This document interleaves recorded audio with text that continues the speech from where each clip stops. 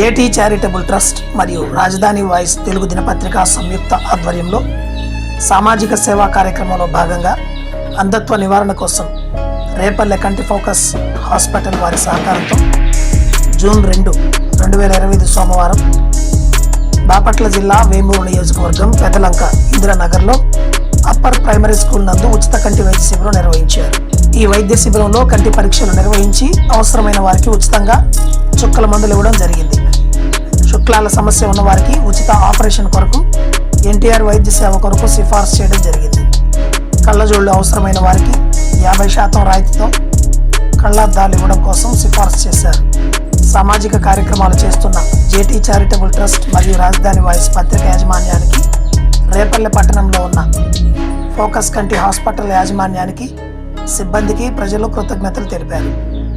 ఈ వైద్య శిబిరంలో వృద్ధులు, వికలాంగులు, మహిళలు సుమారు 200 మంది ఉచిత కంటి వైద్య శిబిరంలో పాల్గొన్నారు. ఈ కార్యక్రమంలో జేటీ చారిటబుల్ ట్రస్ట్ సభ్యులు T Purnachandrarao, Chandrasekhar Babu, K Ramesh Reddy, Samuel Babu, Baburao, K John, doctor Arunarani, Lakshmi, Mounika, Paul Prakash, Padma, Raviteja తదితరులు పాల్గొన్నారు.